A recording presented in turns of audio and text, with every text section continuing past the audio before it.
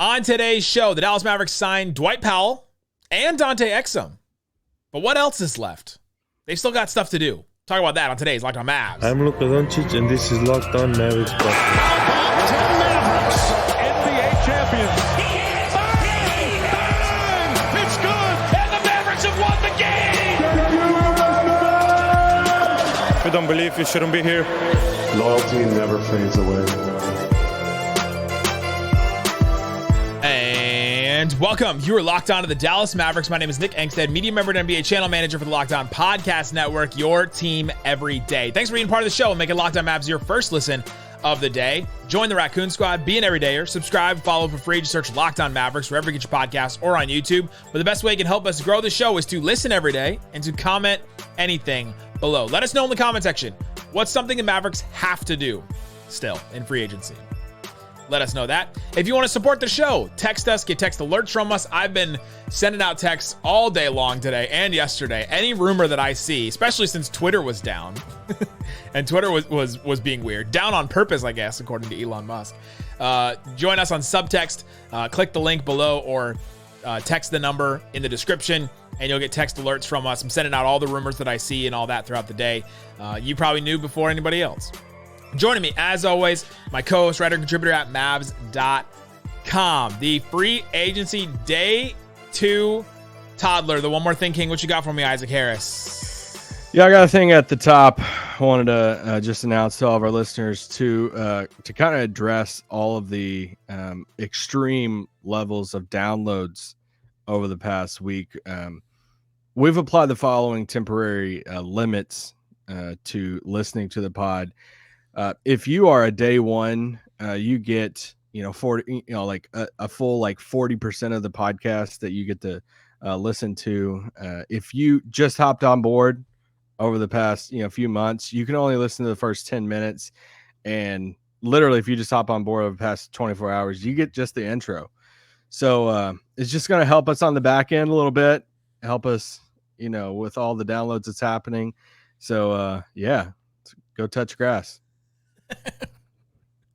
Yeah, if you were not paying attention to Twitter today, Elon Musk, something happened to the site for some reason, and everybody was getting rate limit exceeded all over the place, because basically you're only allowed to see a certain number of tweets every day, not tweet a certain amount of times, see a certain number of tweets. Yeah. So it was a complete mess. TweetDeck still works, by the way. I've never.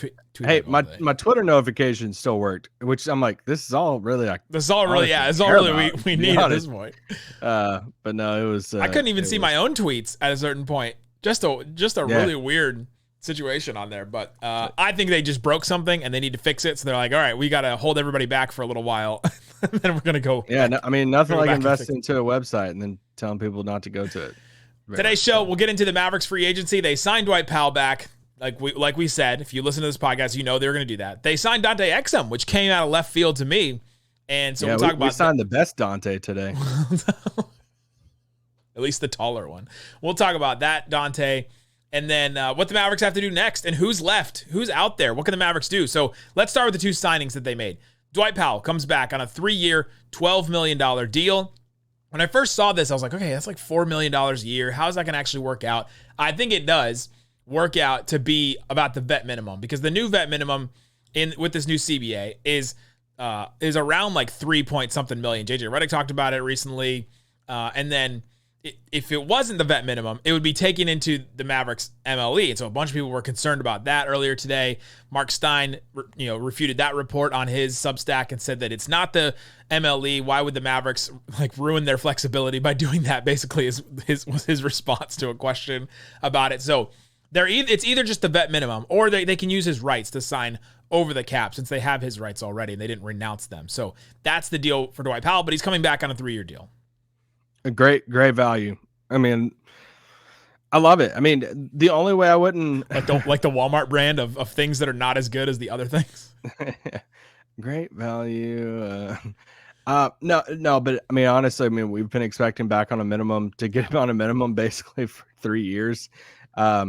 Everything that you want in a vet that can play some minutes. Like Dwight's not a guy like a DeAndre Jordan that's just not going to play at all. Like he can, spot start here and there if somebody gets hurt, or hopefully just spot start and not be the starting. But there's so much there's so many intangible things that having a guy like Dwight, not only is he going to be, way up there on the list in all-time games played for the Mavericks in franchise history, but just everything you want in a pro off the court and in the locker room. And teams are dying for guys like that. And he's friends with Luka, and you bring these young guys in there and they get to learn how to be a pro from Dwight Powell. Like, that's a plus right there. But there's so many smaller things with Dwight, like, setting a pick, how to roll to the rim. Like, these are things that sound so dumb and simple to, like, I want to say like the casual, but like, if you have a young big that you just invested a lottery pick in, I would just say your locker better be next to him. And I don't want you doing anything outside of I want you to be Dwight Powell's shadow for like this entire season. Learn from him how to do everything, because he already has more talent than Dwight. He just has to learn all the intangible stuff from Dwight. So I thought it was a great signing. And the only way I'd be upset about it is if they came out right now and said he's a starting center. So it's good on that number, right? Like a minimum for 3 years. He should be the Udonis Haslem of the Mavericks, right? Like he should be. I mean, he's better than Haslem was this year. No, I'm saying like Udonis Haslem when he was at the same age, right? At the same age, Udonis Haslem was playing.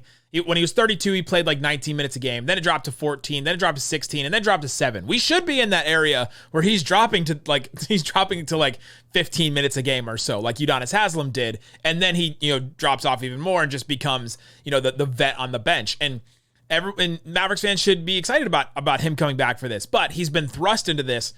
Spot starting center, and he's been the poster child for a lot of the Mavericks' problems, rebounding, rim protection, all that kind of stuff. And it's kind of not his fault that he's been thrust into this role. The Mavericks haven't been able to put an actual starting center around them and around him. But he also only played 19 minutes a game last year. I would hope that would go down a little bit with Derek Lively. Maybe Rashawn Holmes gets some of that. The other thing is that the Mavericks are actually better when he was on the court last year. They were 5 points per 100 possessions better on offense, 2 points per 100 possessions better on defense when he was on the floor compared to any other center or anybody else on the floor. And so they were better. So it's not like he's this drag on the rest of the team. He's just been put into a role that he shouldn't be, and there hasn't been another replacement for him that stepped up last year, year before that, or whatever. And so here we are with Dwight Powell again. But again, in a vacuum, it's a fine signing. Would you rather do the Jock Landale deal? I do like Landale, but I don't want to be like skewed by, one, couple games in the playoffs there. So 4 years, 32 compared to 4 years, 12. No, give me Dwight. No, 3 years, 12. Yeah. Give me Dwight at 3 years and 12. Yeah, I mean, he's basically making. You're cutting into your MLE for Landale, right? And I'm not. He's making double what Dwight Powell is. And you're like, okay, well, I don't think he's double the player with Dwight Powell. So compare it like that. They probably got a discount on Dwight Powell, to be honest, even though a lot of us probably don't look at it and say that it is. So that's the thing with Dwight Powell. And so he comes back, and now the Mavericks still have to add a center, right? Like the question in the comment section is, what do the Mavericks still have to do? They still should add a starting center. I still will hold true to the fact that if Dwight Powell is the starting center on day one, it will be a failure from the front office because they still need to add that. That's the only way to fix what ailed them last year so badly. Rebounding, rim protection, all that, like rim rolling, all that kind of stuff. They need to add that in a center. And they're not going to get it out of Rashawn Holmes, I don't think. Derek Lively, doesn't seem like the Mavericks believe that he's going to be that right away. Like they're not penciling him in as the starting center right away. And so they still need to do that. The Mavericks have a plan now with Derek Lively coming along, and they have some spot start center, but not a stopgap center, right? Like it's just below that with Rashawn Holmes and Dwight Powell. Like they're spot starters, not stopgap players. Like a stopgap player would actually be one that you would consider, okay, he's better than all the rest of them. He's definitely going to start. And so they don't have that yet. And so they still need to do that. Yeah. The only thing that scares me at that, I was trying to find this on Twitter, but but I ended up finding it. Tim McMahon, tweeted this earlier today after the Dwight news, said Mavs expect Dwight Powell to be a part of their center platoon and serve as an excellent mentor for rookie lottery pick Derek Lively. That scares me a little bit. Yeah. Coming up next. It'll be a failure. If they go that route, it will be a failure, right? Like I'm not going to mince words on it anymore. Let's put a bow on the center thing real quick, and then we can move on to Dante. Talk about that coming up. But before we do, let me tell you about Prize Picks. Prize Picks is daily fantasy made easy. You can go to Prize Picks right now, and all you have to do is pick 2 to 6 players, and more or less on their Prize Picks projections. You can pick more or less on like a hitter's fantasy score in baseball, or the shots on goal in soccer, or all kinds of stuff. You can win up to 25 times your money on any entry. No competing against other people. It's just you versus the projections available. Prize Picks offers any sport you want to watch: NBA, NFL, MLB, NHL, PGA, college football, college basketball, men's and women's, soccer, WNBA, esports, NASCAR, tennis, MMA, boxing, disc golf, Euro basketball, where Dante Exum just came from, cricket, and more. So you can go check out Prize Picks. You can download their app or go to prizepicks.com. Sign up and play daily fantasy sports. First-time users can receive 100% instant deposit match up to $100. The promo code Locked On. If you deposit $100, they'll give you $100 because of that 100% deposit match up to $100 when you use the promo code Locked On. Again, the promo code is Locked On. Sign up and get an instant deposit match of up to $100. PrizePicks.com. Thanks everybody for hanging out with us on Locked On Mavs, being part of this show, listening in. Hanging out with us on an off day, usually for us, but we're going every day. The Dallas Mavericks signed Dwight Powell back. Tim McMahon alludes to the center platoon, which would be a failure. Still not done yet. They could still make another move, but with the center position, they right now have Dwight Powell, Derek Lively, Rashawn Holmes, JaVale McGee, Maxi Kleber, who plays some minutes at center. That's a lot of just dudes. Yeah, that scares me a little bit, just him using that word platoon, that if they want to, we've been talking about the bullpen for a long time, and this would be the summer that they would make a bigger investment. I will say this, just because they haven't made the investment doesn't mean that they haven't tried. We know that they've tried for DeAndre. I don't care. We know, I know, but I'm just saying, I really don't care. We know they've tried for Clint Capella. They're going for it. They want to. It's just, at some point, you probably have to draw the line. They probably have a whiteboard somewhere and said, all right, here's the centers that are the investment that we're willing to go, give up assets for. At what point are you drawing the line and saying, we'd rather just do the platoon until we find something in the season? That's the part that scares me a little bit. I'm still pretty confident that they're going to pull off a trade for a wing. The platoon talk scares me a little bit for the bigs. So, yeah. The only positive about the platoon is that it opens the door for Derek Lively to be the best one much earlier. Yeah. That's the only positive I'm taking away from it. Other than that, I guess it gives Rashawn Holmes a chance to prove himself in the NBA again. But the player that he is, he's not going to bring the defense and rebounding that you really want. I mean, that's not the type of player he really is. JaVale was, if you look back at last year, JaVale coming in was that type of player that was a really good rim protector for the Suns. So we were more encouraged about that. Like, oh, he's definitely going to be better than Dwight. We saw how that worked out. We saw how that worked out last season. It wasn't. JaVale doesn't seem to be in their plans for center, according to Tim McMahon and Mark Stein and those that have talked about it. And so now here we are. Here we are. But things are far from being over. I mean, right. Damian Lillard's going to be traded. James Harden's probably going to be traded. I mean, these are massive moves that typically take 3, sometimes 4 teams. Up until Friday, things aren't official for all these moves. So, in a lot of the trades like that Dylan Brooks thing today, it looks like it's going to turn into like a 4-team trade and trade exceptions and players going. So, I'm not getting worked up about it from Dallas's angle until, if we're middle of next week and we're staring at Dwight Powell as a starting center for the Mavs again, that's kind of tough. But one positive is they didn't cut into the MLE, so they still have the opportunity to get better, right? Like they still have the opportunity to do that. They didn't just say, "Well, we can't do anything better. We'll just put Dwight Powell in the MLE," right? That's not what's happening with this. So that is a positive with this and signing Dwight.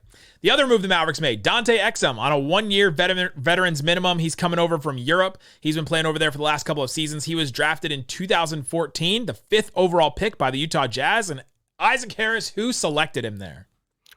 Dennis Lindsey from the Utah Jazz back then. Dennis Lindsey was the GM of the Jazz back then. He's now working in the front office of the Mavericks, so there's that connection there. They didn't want me, no. He's 6'6". He'll be 28 in about 12 days, which I thought was cool. And his one thing in the NBA when he came over was that he couldn't shoot the three, and he just really struggled with his shot and really struggled on the offensive end of the, overall. He could really defend. That was his calling card in the NBA. But in the last 2 years overseas in Europe, he shot 45% from three.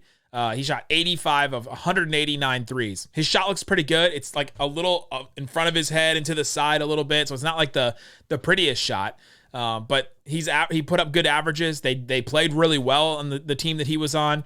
There's this moment where Gershon Yabusele, who was playing for Real... Tell the people the first text you got from me about him. The first text when I texted him about Dante Exum, he goes, "Isn't that the guy that got body slammed over in EuroLeague?" Yeah. So they're playing a EuroLeague game. It's Real Madrid versus the team that Dante Exum played for. It starts with the B. I don't know how to say it.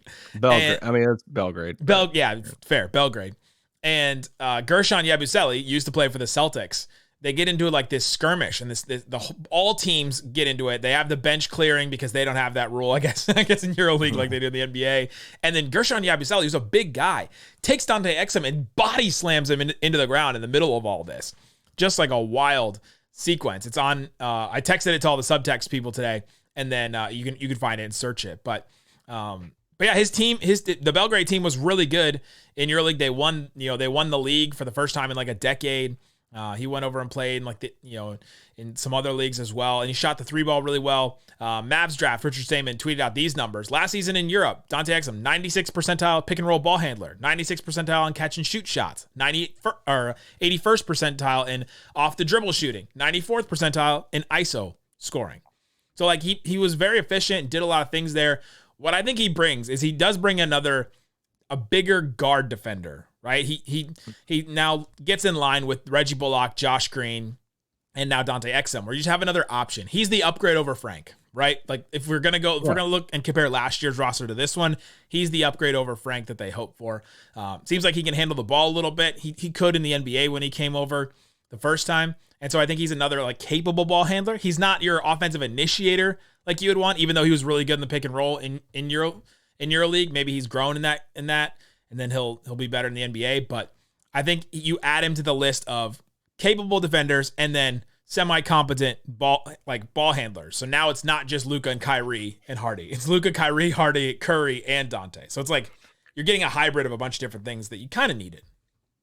Listen, I mean, he's a vet minimum guy. So, yeah. You're not up in arms about this. It's not cutting into the MLE and all that. You're not you're not up in arms about this. Don't do it. Don't be up in arms about this. No, I'm just saying, like, he's a good, bring him to camp. It's a guaranteed contract. I know that screams, hey, he's definitely gonna be on the roster, which I mean, sure. But it doesn't mean he's automatically gonna be on the roster. Right. What if somebody like a Mike Miles, beats him out and he's like, hey, he gets a regular spot or something. But give the example. Sam Dallenberg. Every year. I go back to Sam Dallenberg and Salah Medjugorje. Sam Dallenberg had a guaranteed deal. He gets cut in camp. Salah makes the team and all that stuff. So it doesn't guarantee you anything.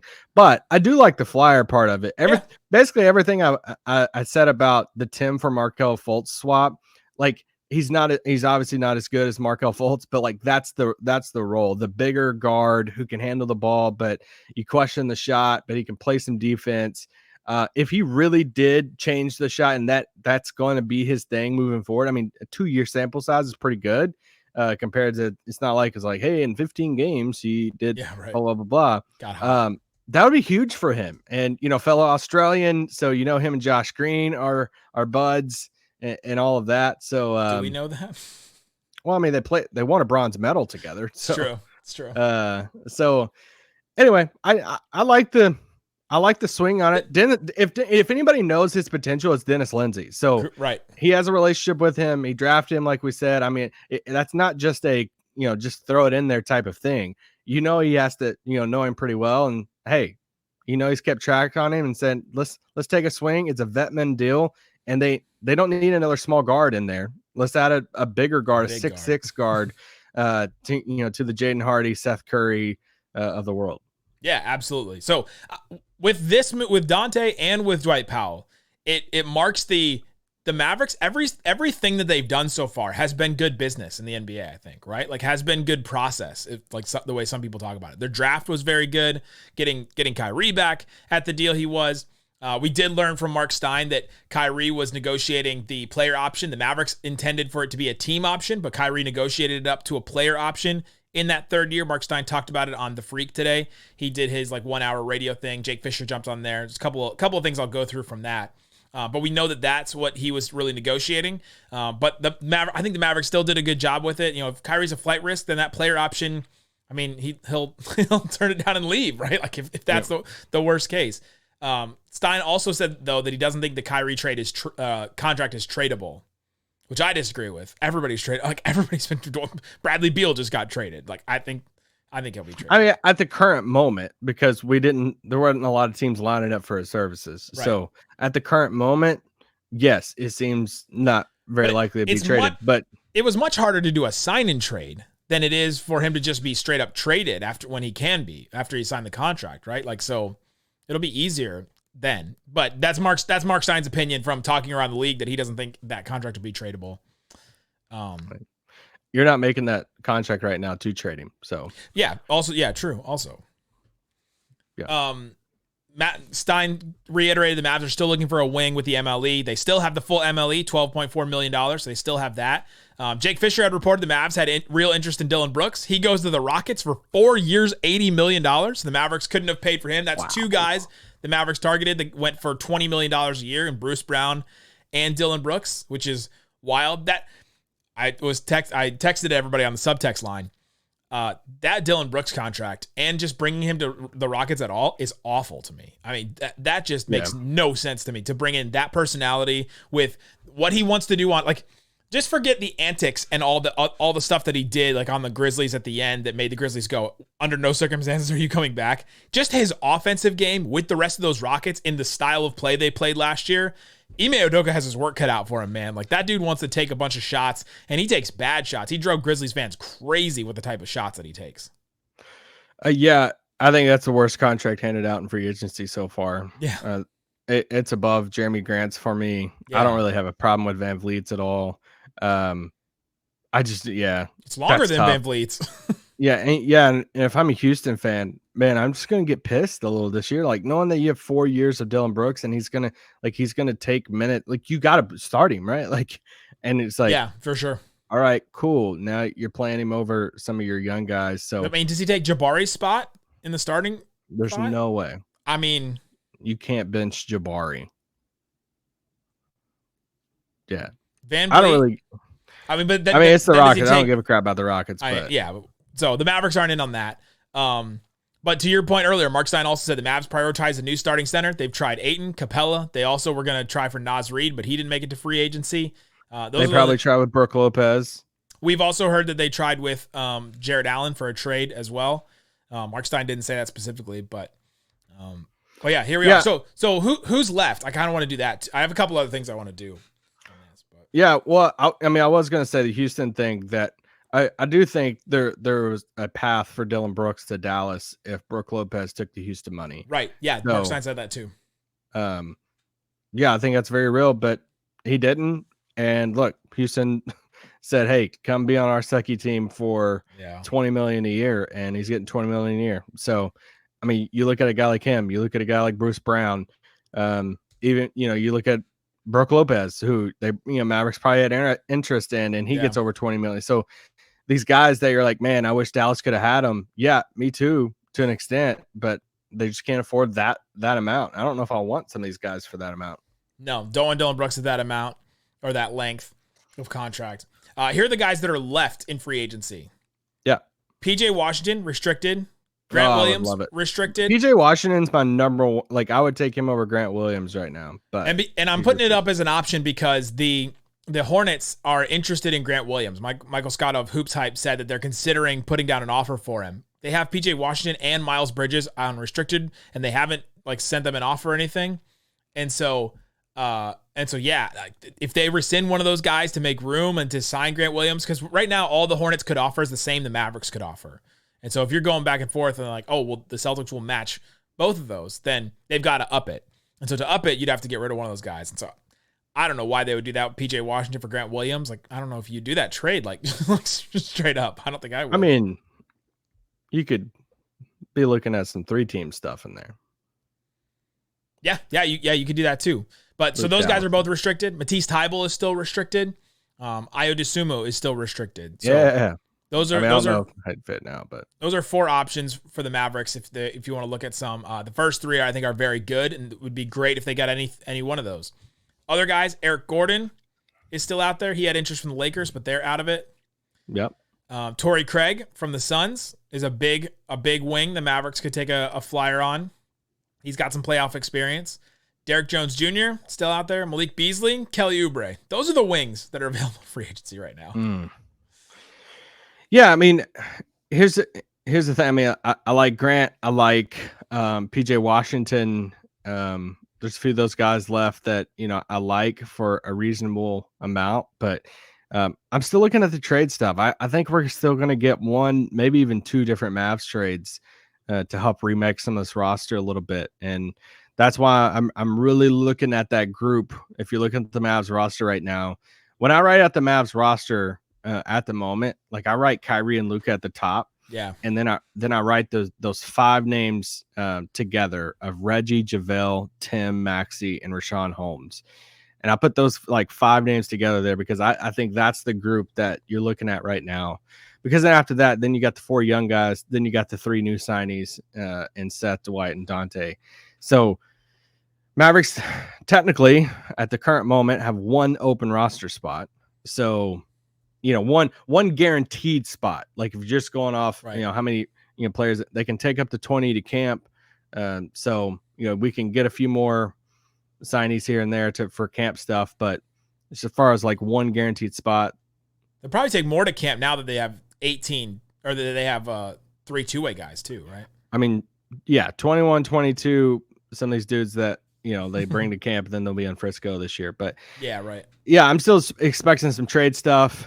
It wouldn't shock me if they got in on, I think somebody reported, so it's public about the Grant Williams stuff. Dallas being interested in Grant Williams. Yeah. Who was that? Jake Fisher? Yeah, Jake Fisher mentioned it on the radio today that they're still interested in him. Yeah, so whether they land him, whether it's they're involved in a 3-team trade, with him. Yeah, there's definitely, interest there. So there's still some ways in free agency. If not, you're looking at some trade stuff. And right. I mean, do they revisit the DeAndre Hunter stuff at that point?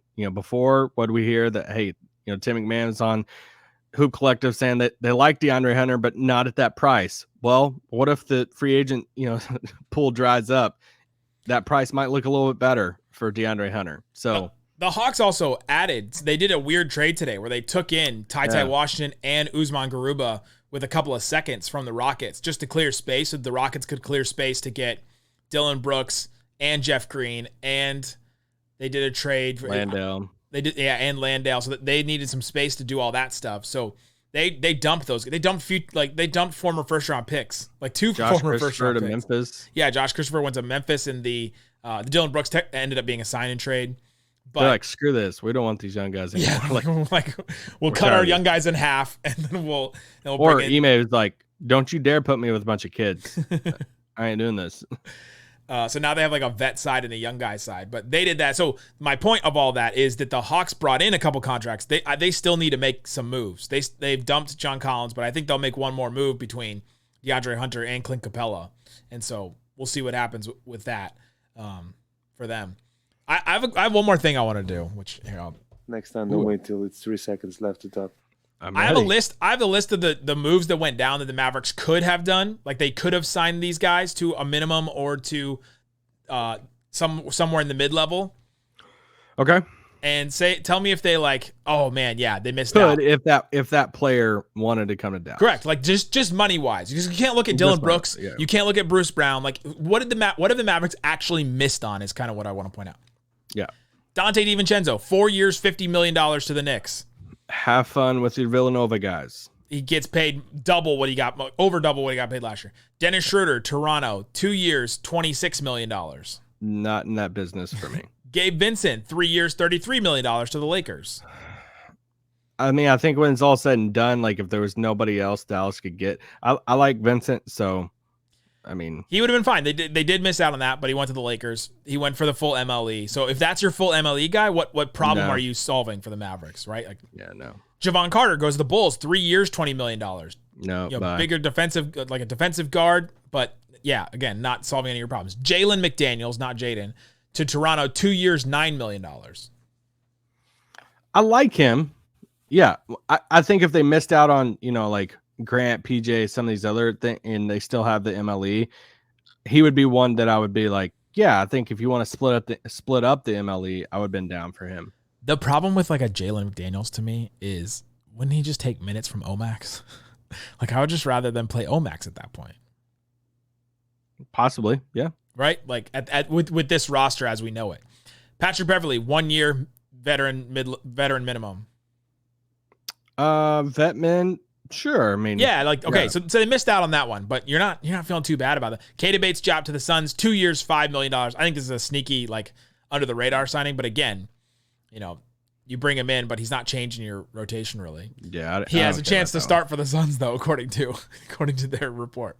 Everybody has a chance to start for the Suns. Drew Eubanks, center for the Suns, 2 years, $5 million. No. He doesn't change your world with the center rotation right now. So like those are the ones that I look at and go, okay, some of those guys can play some defense, and those are the ones that the Mavericks could have paid for that I say maybe they should have done those.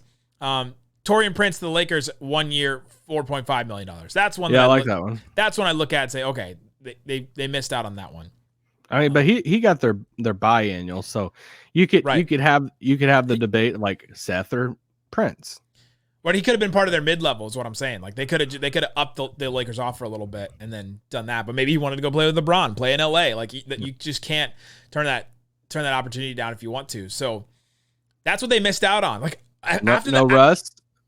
I mean, yeah, okay, Russell Westbrook. You can throw that one. Just kidding. That's the list though. So tell me which one you're really bummed out that you missed out on. And there hasn't really been a trade the Mavericks could have gotten in on. Like there hasn't been moves that have happened that you go, man, the Mavs just really missed on this. So like we'll see if something else happens and somebody else moves and you're like, oh man, they really missed that one. Yeah. I was trying to think. I feel like there were a couple smaller ones that I'm like, oh dang, that's pretty good value. But I pulled all the ones that I liked and I put them out there.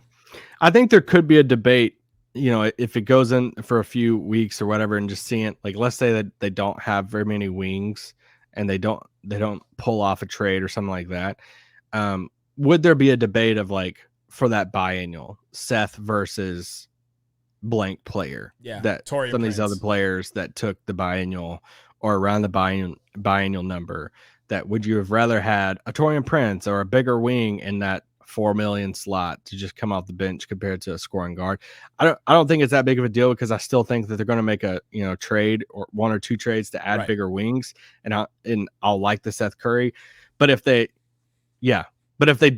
don't bring any like bigger, more wings and all of that, then I think I could see that conversation. So I know I feel like our listeners hear about like, patience a little bit from us sometimes, but I need more than 48 hours into free agency before I'm like, all right, I'd still expect more. I still want more.